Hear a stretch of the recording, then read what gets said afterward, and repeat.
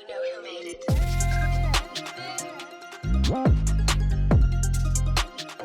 Lisa, welcome to the See Me Be Me podcast. Thank you very much, Niall. Thanks so much for having me. I'm really glad to be here. No, we're glad that you're on our show. So the first thing, Lisa, just tell the audience a bit about yourself, your background, and what were you very much interested in at a younger age in science, tech, engineering, or maths? So at a very young age, I was very interested in STEM, but I wasn't that good at it. I kind of improved, especially mathematics. I've always been interested in finance, but over the years, I've kind of improved. So I've got to a place now where I'm much better at it. But yeah, when I was younger, I always fancied being, because I was obsessed with like Neil Armstrong and landing on the moon. And I was like, yeah, you have to be pretty good at science to be able to do all that kind of stuff. But I've definitely always had an interest. And my sister is a scientist as well. So yeah, science has always been a bit of a topic in our household.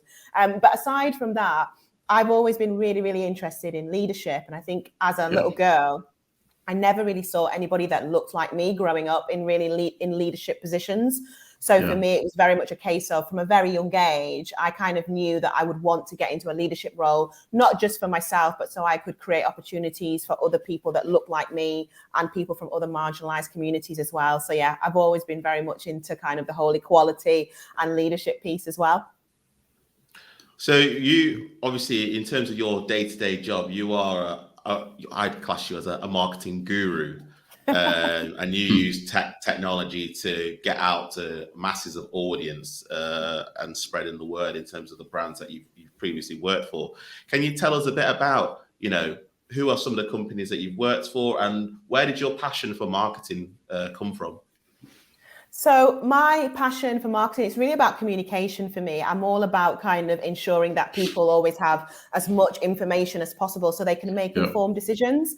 And obviously that's where communications and marketing comes in. So I've always been very passionate about ensuring that information is shared in a way that people can consume and understand very easily, especially when you look around STEM. It can be quite complex. So the easier you can break it down, the more likely people are to embrace what you're trying to say and actually become advocates of what it is you're trying to communicate.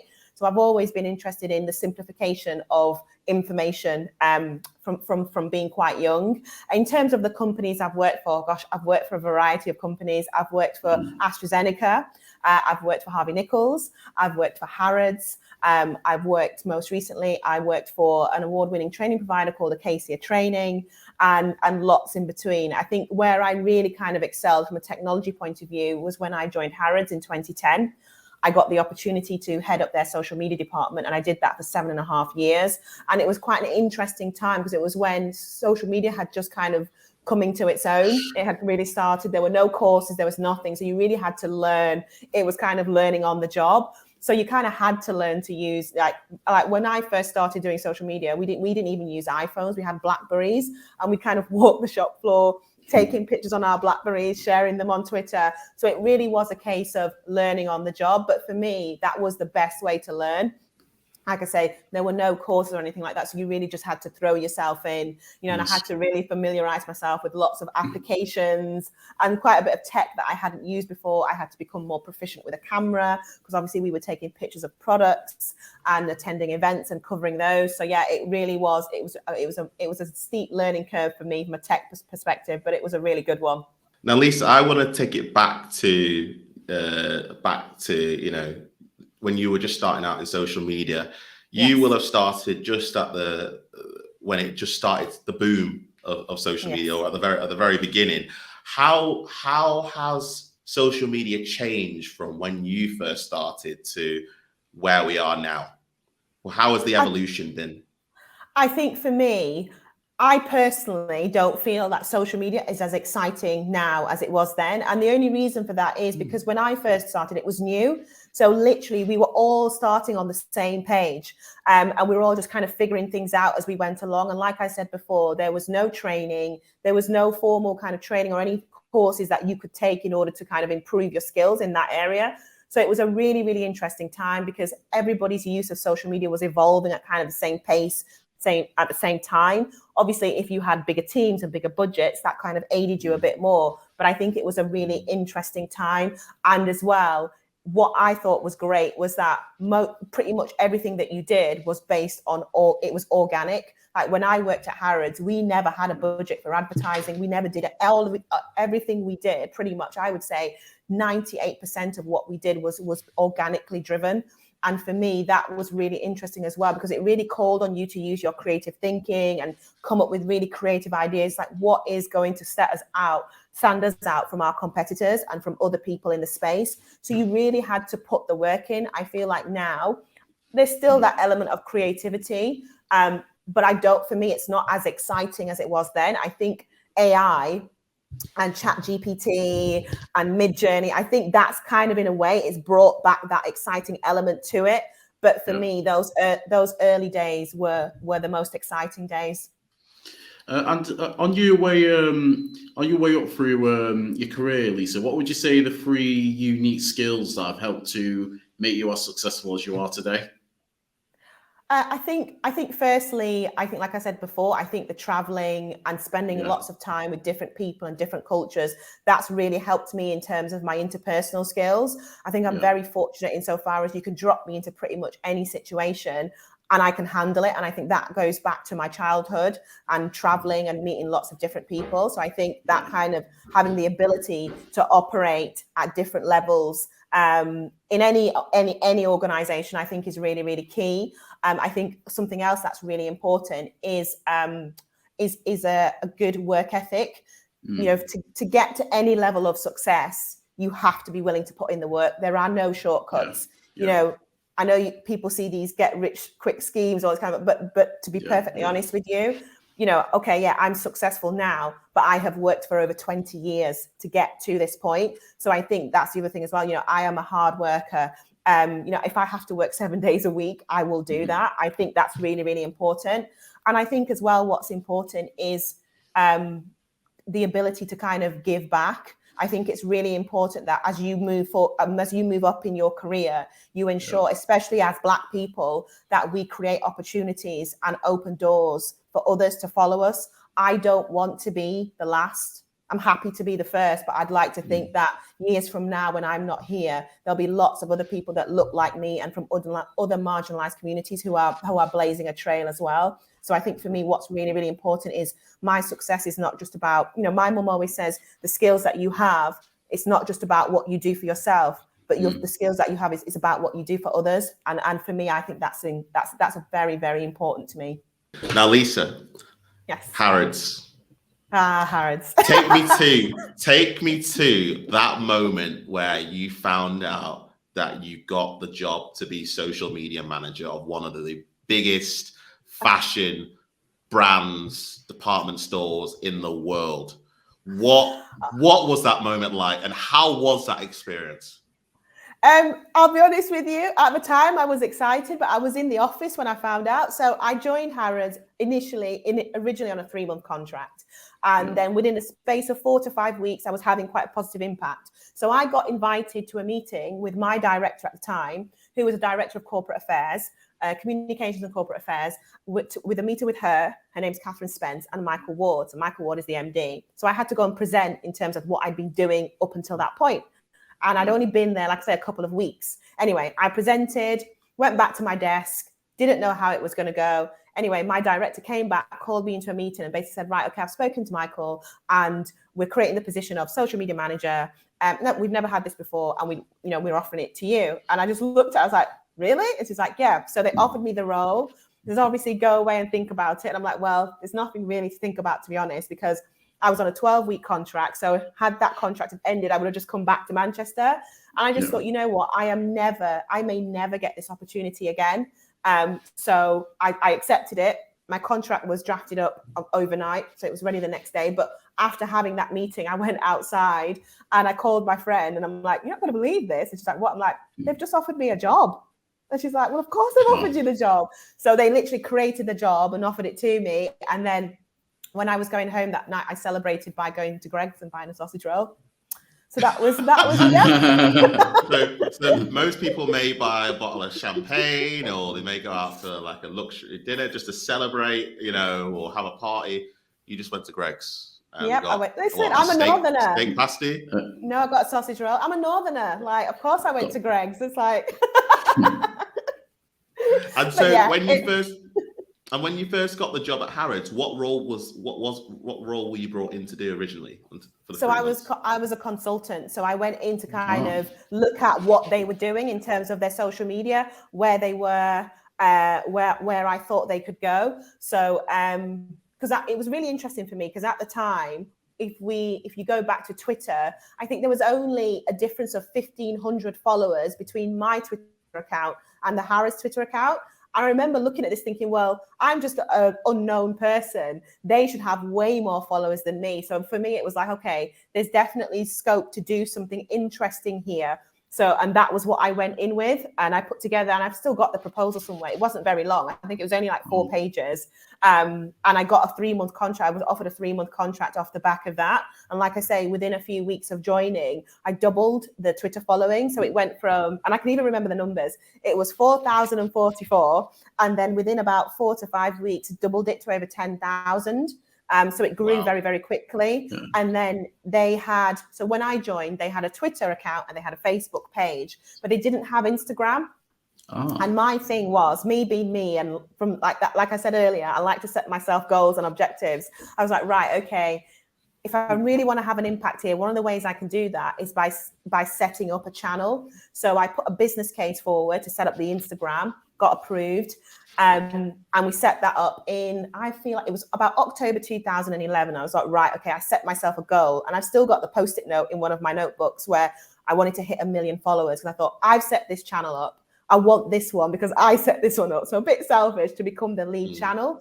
So I decided, so I was like, right, okay, that's going to be my goal, is to build the other channels as well, and obviously build the portfolio for Harrods social media.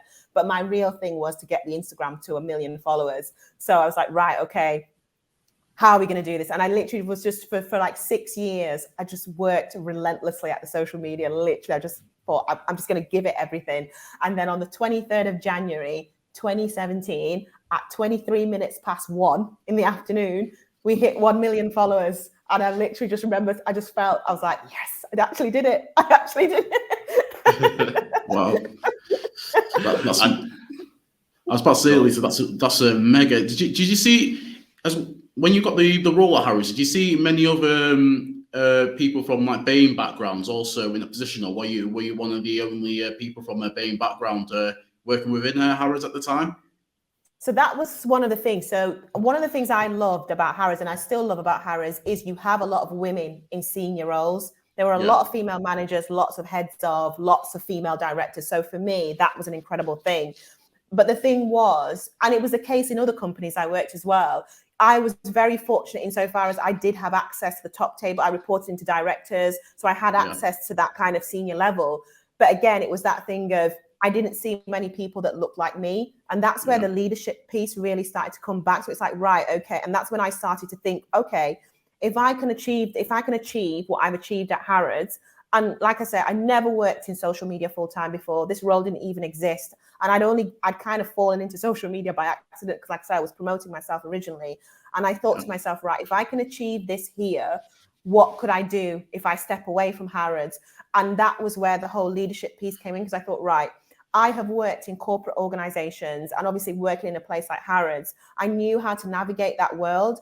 And I really, really, really wanted to use my skills and abilities, not just to further myself, but to create opportunities for other Black people, and like I say, other people from marginalized communities, to kind of access those top tables. Because like I say, I was senior at Harrods, but I wasn't so senior that I was sitting at those top tables.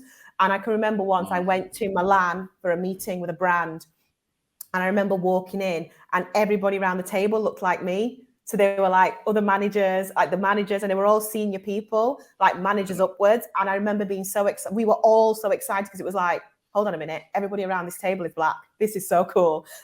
and that was a real kind of moment for me, because I thought, right, okay, I really I want to go further in my career doing other things, but also, like I said before, I don't want to be the last. So what can I do? How can I use my skills, not just to further myself, but to create those opportunities for other people so that they can follow me? and maybe one day even be more senior than me. So yeah, that was where that came in all the organizations I worked in. When I looked at the top tables, I didn't see, I very rarely saw anyone that looked like me, and I just felt like, okay, I want to occupy a seat at one of at those tables myself, but also I want to bring other people along with me. Do you feel like a change in the industry is coming though, in terms of diversity and inclusion, or do you still feel that there's still a way to go? In leadership positions. Yeah, I think there's a long way to go. I don't think we're anywhere near where we should be. I think change is happening. I don't feel it's happening quickly enough. And one thing I always say is that, we need to go beyond conversations. Like if we go back to the murder of George Floyd and Black Lives Matter movement, that was a real kind of key moment in this whole dialogue and narrative and conversation. And it opened a door in terms of conversations and discussions, which is fantastic. And conversation has its place. But I do feel that fast forward, 3 years on, I think there's been a bit too much conversation and not enough action, because if we look at our region, we still don't see many people that look like us occupying those top tables. And until we do, and not just Black people, but other people from ethnic groups, people from who are considered to have a disability, some of which are not always visible, the LGBTQ plus community, until we see fair representation of everyone, we can't really say that we live in a fair society that works for everyone. And like I say, I do feel we have made some progress, but I think we need to dial down the conversations and dial up the action. So, I completely agree with you there.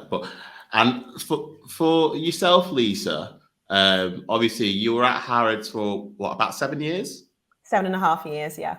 7.5 years. And then how was it for you, that change from going and, working for a large institution like that to becoming self-employed and, going back to doing consultancy again? For me, it was like I said before, I like to explore different things. I don't think I'm going to have just one career. I think I probably got about 2 or 3 more careers after this one. So for me, it was quite a change, going from working for the most famous luxury department store to doing a complete 360. But for me, I saw it as a real opportunity to kind of do something different, do something a bit new.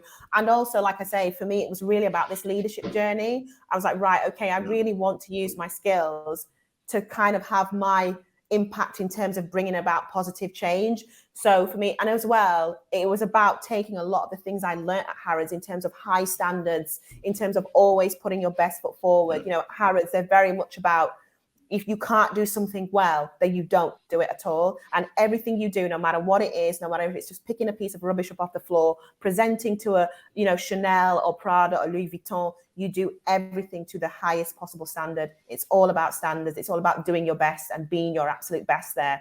And that is something that I really, really take forward with me in everything. Everything I do, I try to do it to the best of my ability. I don't always get things right, but I do still maintain very much that luxury mindset and that luxury aesthetic when I'm approaching anything.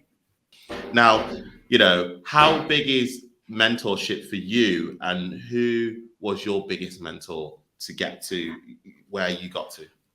Yeah, I think mentorship is so important. But I think, if you can cast the net wider, it's not just about mentorship. It's about really kind of looking at everyone around you. Like I'm big on listening, and I'm big on observing. So, there are times when I will sit in meetings and I will say very little, and it's not because I don't have anything to contribute. I always think if you're the smartest person in the room, you're in the wrong room. So I like to be in situations and around people who stretch me. Like, okay, if I'm in a marketing meeting, I'll be fine because I know marketing. I've worked in marketing for nearly 20 years. But in a finance meeting, obviously that's not my area of expertise. So I really need to I like to sit in those spaces and learn from people, observe people, listen to them, make notes, go away, kind of really think about what I've learned and the knowledge I've acquired. But in terms of mentors, I've had many over the years. I think probably my earliest mentor was when I went to kindergarten in New York, and my teacher was called Christine. And I can remember we used to get snacks at various points during the day, and we used to get raisins. And I remember saying to her that, so with some of the other kids, we didn't all like the same thing. So she was like, okay, So I kind of negotiated with her at the age of like 5 or 6 to make sure to ask for us to have different types of snacks. So then that was my job then. So that was my job to make sure that the kids who didn't want raisins didn't get them, and the kids who did want them got them. So, you know, and it kind of started there for me. And like I say, my parents, I watched and observed my parents a lot, especially my mom. You know, people like Marilyn, who I've mentioned already, my chemistry teacher, Miss Carol. I mean, sadly, she's no longer with us, but she was a massive, massive influence in my life. There's so many. There's Victoria Sylvester, who's the CEO of MBH. There's Callum Lang, who is the chair of MBH. And, you know, my friends, my sister, so many people, so, you know, even some of my neighbors, you know, just so many people. And I really like to take the time to speak to different people and gain knowledge and advice and information from different types of people from all walks of life. You know, I think that's really important to ensure that I have as rounded and informed a perspective as possible. Sounds like you've had quite a few influential people helping guide you within your career, Lisa. So it just goes to show in a way that, because I was listening to a podcast a few days back saying that your social groups are really important in terms of essentially building you up into who you'll end up being in the future. So you clearly sound like you've surrounded yourself with the right sort of people to get you to where you are today. Yeah, I think it's important. And I think another thing that is important to say is that you know, your people are your foundation. So for me, it all starts with my family, my closest circle of people. And then outside of that, obviously business associates, colleagues that I've worked with. You know, I'm very, very particular about the company that I keep. And I think that is key. That's key for a happy life, but it's key in business. It's key for success. And the second you spot somebody that isn't right or that shouldn't be in your circle, my advice would be to get rid of them. I think part of the reason I've been as successful as I have been is because I go to extreme lengths to surround myself with not just talented people, but good people who have good values, people who, like me, care about other people and care about doing good. Because, you know, what's the point of being successful and having, you know, wealth and respect and power and influence if you can't use that and put that to good use in terms of others? I think that's really, really important. And for me, if I have, you know, in my career, I've encountered people who are very successful, very wealthy, very influential, but we weren't aligned from a values perspective. So for me, they're not the kind of people I have in my circle. Do you see any current challenges in your industry right now in terms of marketing? I think the biggest challenge is the same with a lot of industries in terms of, you know, so every idea that you can think of has already been thought of. So how do you stand out? You know, what is your point of difference? I think that for me is the biggest challenge, not just in marketing, but in general. It's like, what, you know, because like I say, every idea has been thought of. It's very rare in today's world that you see something that's completely new and completely fresh. So for me, I think that's the biggest challenge, not just in marketing, but beyond marketing, is that how do you stay fresh? How do you stay relevant? And also agility. You know, the world evolves at such a fast pace now, especially from a technology point of view. You know, you have to be as agile as possible. You have to be able to evolve quickly. So I think those are the biggest challenges, is that how do you stand out and how do you keep yourself well informed and well versed on the evolution that's happening, and obviously how agile can you be? Because I think if you don't put the effort into being more agile, I think there is a danger that you could get left behind. So I think those are the challenges for me, I see. So, and what, in terms of, let's say somebody who's just finished college and maybe done media, or let's say somebody who's graduated from university and done marketing, and, you know, they're about to set out into the real world, what advice would you give them? What would be the first thing that you tell them, and maybe something to say, don't do this? It's not necessarily that I wouldn't do this. What I would do is ensure that you build your own personal brand, whether we like it or not. Every single one of us is a brand these days. And what I would say is, if I was starting all of this again, and I was like 16, 17, and I had access to the technology that we have now, I'd have my own website, I'd have my own socials, I would build my own brand. The one thing I would say don't do is put all of your eggs in one basket. We don't live in a world now where you have a job for life.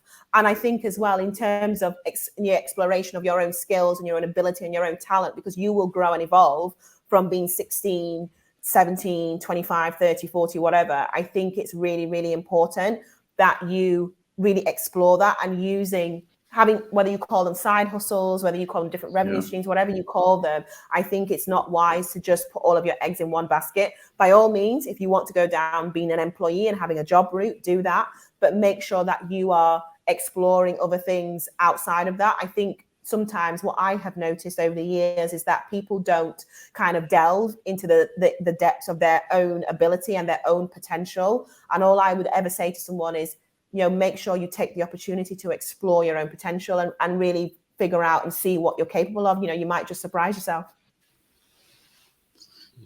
What do you think holds people back from doing that in general? Do you think it might be something to do with comfort zone, or do you think there's another reason why people don't look into whether that's setting up their own business or like a side hustle or anything like that? I think it comes down to the basic things. Like, I think it's fear, because the reality is you can be as courageous as you like. That there's no guarantee that something is going to work out. And people have, responsibilities. We have bills to pay. People have families. They have mouths to feed. So I do understand that, it is a challenge. But I just think for me, there are elements of my life where I like having a comfort zone. So in terms of my family and my friends, and things like that, for me, that I take great comfort from those things, because that is the foundation on which I build everything else. But really outside of that, I personally have always felt that a comfort zone is a dangerous place to be, because you just don't grow there. I could stay in my sphere and just do this, but would I really evolve as a human being? Would I really be a better version of myself? I doubt it very much. And I think the thing for me is I'm always thinking, right, how can I be a better person today, a better version of me today than I was yesterday? And how can I be an even better version of me tomorrow than I am being today? And I think, like I say, I think it comes down to that thing around fear. I know that a lot of people talk about imposter syndrome, which I totally understand.